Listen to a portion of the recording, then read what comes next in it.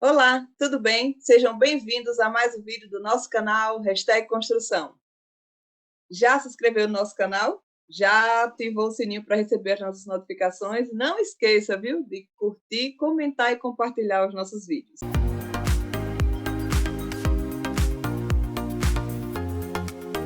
O ano começou cheio de abertura de concursos. Vocês viram quantos editais foram abertos em prefeituras, órgãos públicos, federais, municipais, em todas as instâncias? Pois é. E aí começaram as dúvidas e as reclamações das pessoas quanto ao salário mínimo profissional do engenheiro. Apesar de ser uma lei antiga, de 1966, a dúvida parece que paira até hoje e nunca é realmente esclarecida. A gente quer deixar bem claro aqui que concursos para órgãos públicos, cujo o tipo de contratação não é seletista, é regime jurídico único, o valor do salário mínimo profissional não se aplica. A Lei 4.950-A, né, ela aplica apenas a quem é contratado como seletista, tá bom? Carteira assinada. As outras modalidades de contratação, elas não têm respaldo dentro da Lei 4.950-A.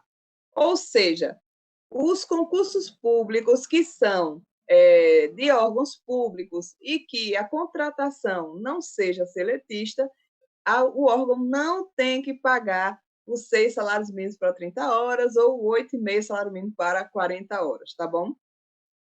Por quê? Existe um artigo da lei que ele foi vetado à época da lei, tá? Era bem na época do regime militar, e eles mantiveram os deles, né, sob o domínio do Estado. Naquela época, o engenheiro ganhava bem, então isso não era uma preocupação.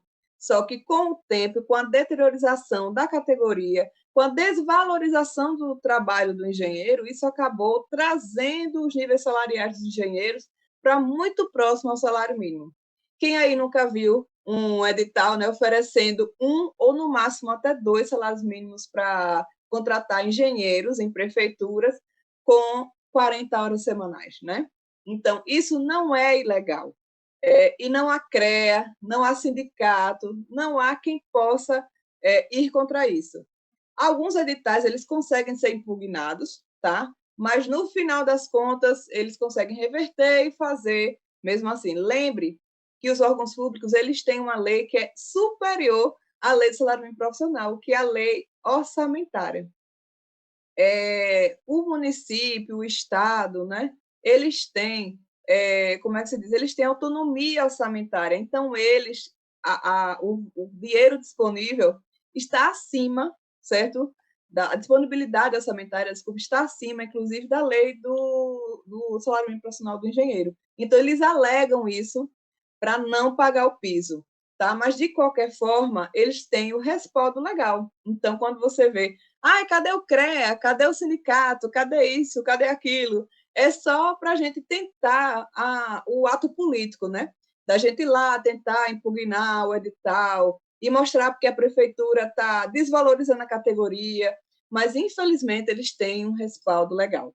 Podem ler lá a Lei 4.950-A, certo? E ela tem esse adendo, foi feito, inclusive, posterior, foi derrubado, depois o presidente conseguiu, vetou, depois esse veto foi retirado. Então, tem toda uma história da lei que um dia eu vou contar para vocês, que é bem interessante, o nascimento dessa lei, né? E como ela hoje é o único bote de salvação dos engenheiros seletistas e que ela não abarca, infelizmente, os profissionais que são contratados pelo regime jurídico único, né? Que é o servidor público.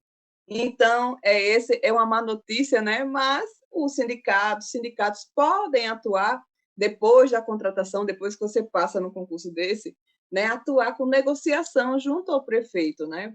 Para tentar melhorias com o tempo, mas sendo que a gente dificilmente vai conseguir atingir o salário mínimo. A gente consegue até uma melhoria, mas quem aceita, quem se submete até pelas condições do país, né? Que falta emprego, então muita gente faz o concurso e depois a gente vai lá e tenta melhorar a condição da pessoa, né? Você conhece alguém que já passou num concurso com o salário mínimo profissional muito abaixo?